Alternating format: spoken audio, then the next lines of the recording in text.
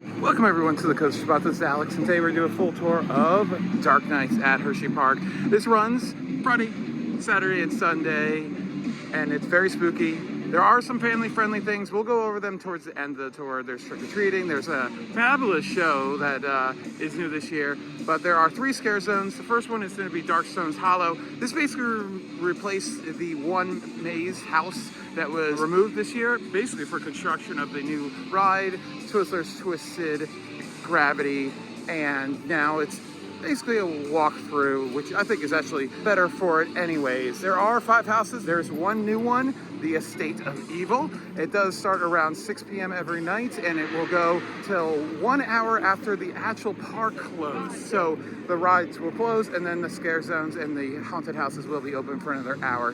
We will show you all the merchandise at the end of the video as well. So let's go through and show you everything you need to know. Be aware though, this is very scary. This is not meant for children whatsoever. And I've already seen it where the kids have been forced through some houses and were absolutely done after one house. Of course, you know your child, but yes, very spooky. Ooh.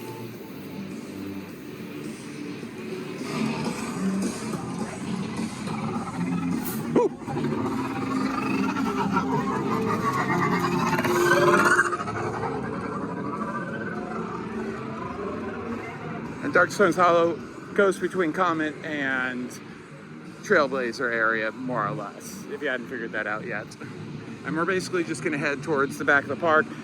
It pretty much takes place in Midway, America. So basically from Fahrenheit all the way back to Lightning Racer is more or less the area where the event takes place. There we go. I will say that the scare zones here at the event are not the greatest, I would say. They do keep them a little bit family friendly. There is a necklace that you can buy for, I believe, $16 or $17. So the monsters will not scare you, but it does not work in the houses, and you will be asked to turn it off. It's a blinky thing with a cute little Reese's vampire. Our first house that we're going to come to is the Haunted Coal Mine, and it's actually also still my favorite one. I just love the theme. You basically descend into a coal mine, and then there's just crazy miners there to scare you, and then you somehow survive an explosion. Let me show you a few of those effects and highlights of it. Ready for the face? Come and try to grab our gold.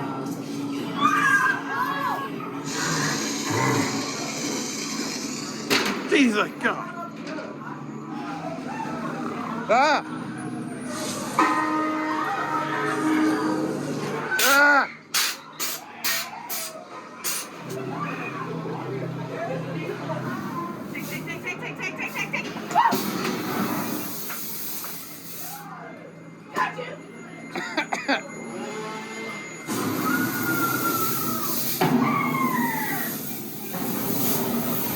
Also, there are a bunch of themed bars around. The Valley of Beer is a very fun one. But let's head up the hill. And also remember that most of the rides, but not all of them, are available for Dark Nights at 6 p.m. Some of the smaller rides, like Trailblazer or kids rides, and other random ones do close at 6 p.m. But during the day, everything is available to you. Also, highly suggest you check out Jolly Rancher Remix because they do a Halloween theme to the music and everything. All the lights are all special in the station, all for just Halloween. It's a lot of fun. Highly suggest to give it a try. I love this ride and all the lighting that it has. So good. Look at this. Freaking awesome.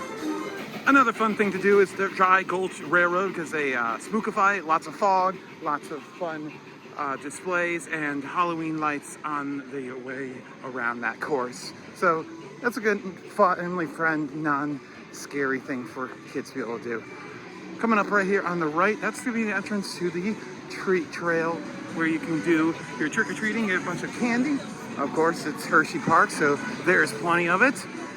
It might melt though, so you gotta eat it up real quick if it's a hot day.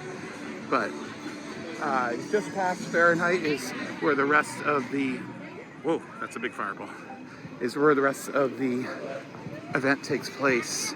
So let's go show you the rest of the houses and the 2 scare zones.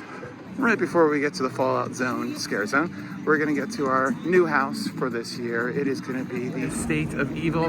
Basically, you're gonna go through 13 haunted rooms and you wanna survive and not end up the fate of the previous owners. So it's your like haunted house type of house. I would say it's the least scariest one of the 5, but still quite scary and a very, very dark corridor if you're not into that.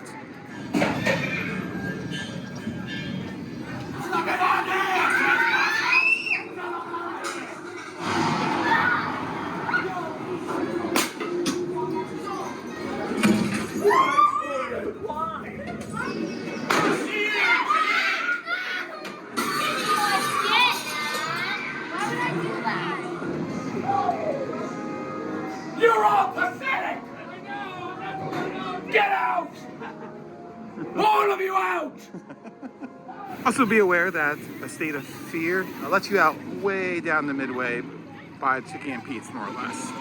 So here's the Fallout Zone. Basically, it's just, you know, the effects of Fallout have caused some of the victims or residents to go a little bit crazy as they are been affected by terrible, terrible events. Oh boy. Whew. He's pretty,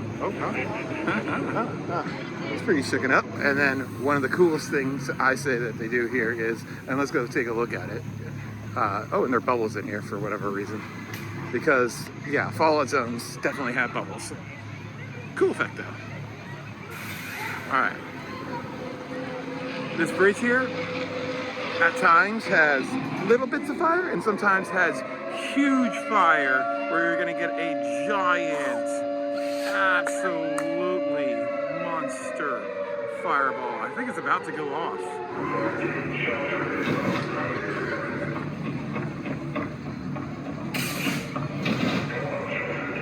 And our final scare zone is gonna be the Midway of Misery.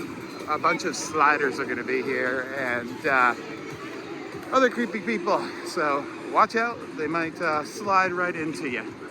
And I believe they get even more intense for the last hour of the day.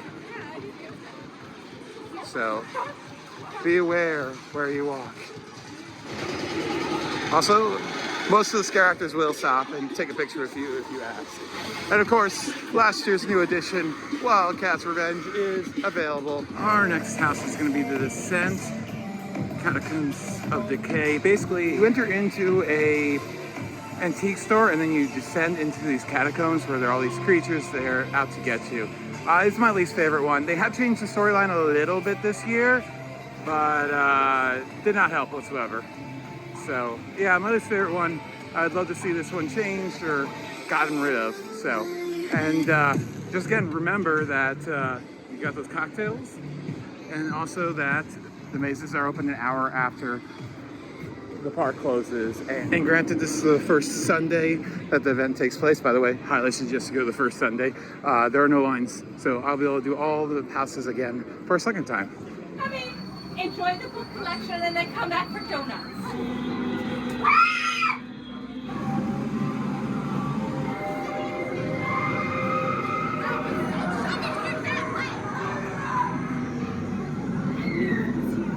I knew it was you! Why would you take them from me? Continuing past the laugh track and deeper into the Midway of Misery is going to be the Twisted Carnival. Basically, it's a carnival that you walk through, a sideshow, and all of the carnival people have gone absolutely insane. You need to somehow survive them.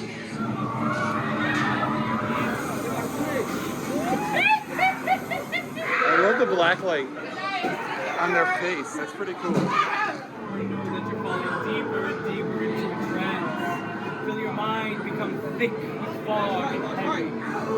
Yeah, as you can see, people absolutely love looking at the fire. because there are also a bunch of sliders over here sliding away. There's a slider like competition almost over here. So check this out.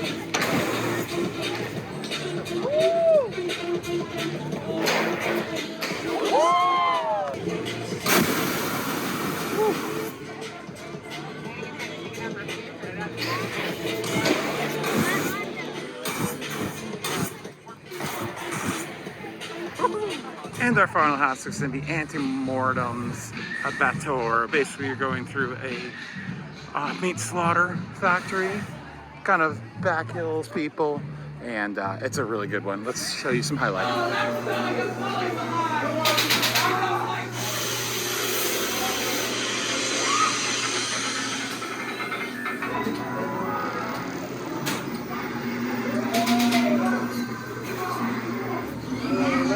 Short rib on the next night, and it all looks tasty. Oh, hi there.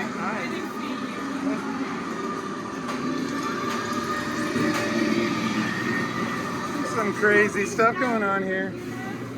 I don't think the FDA would approve of any of this. And of course, if you choose to, you can skip all 5 of the houses for an additional fee and just have a short wait. Another fun thing that they do is for the last hour of operations, they turn off the lights on Carnevil, Comet, Lightning Racer, and Wildcat's Revenge, and then that track is completely dark all day long.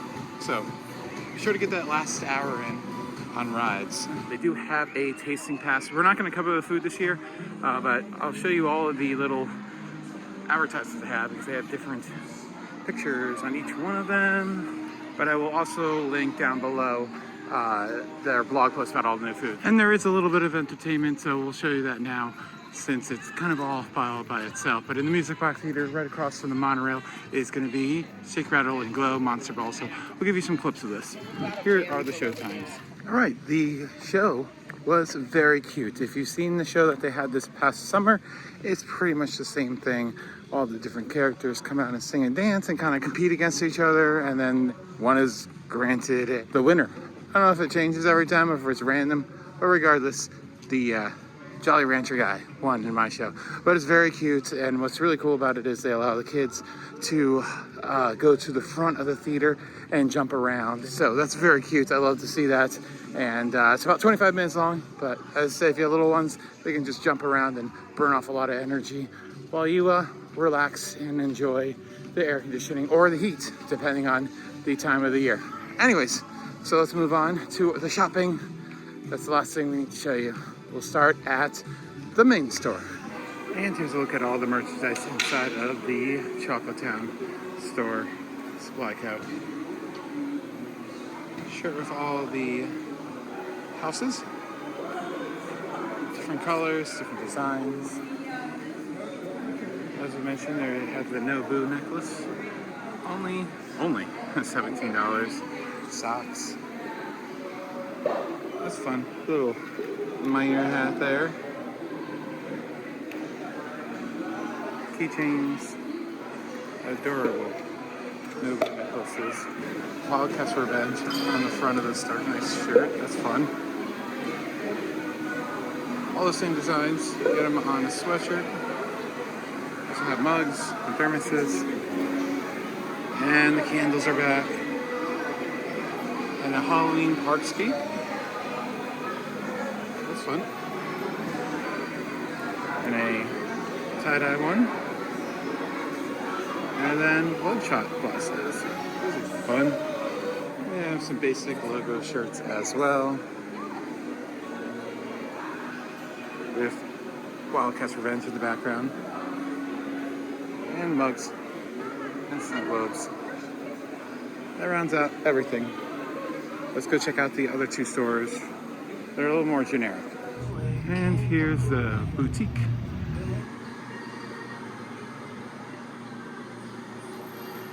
Pretty much the same stuff that we saw last year. Not a lot of additions. So, there you go. And here's a quick look at the Dark Knights Emporium. Pretty much the same that we saw in the main gift shop. Oh, they have, I like the one for the Arboretum. Mass Acres Farms, that's fun. Oh, that's actually really cool. Only $30, not too bad. But it has spirit jerseys in here, so there is more to see than was in the actual gift shop as well. And then these skull mugs here. That's fun. Socks, just Chucky. But who doesn't love Chucky? Got a little bit of theming in here. Kind of goes along with the new house, the estate of evil. And then there's no, look at the Nobu necklaces. Little, whatever these are. And then cups. And just Halloween stuff. Nothing Hersheypark related over here.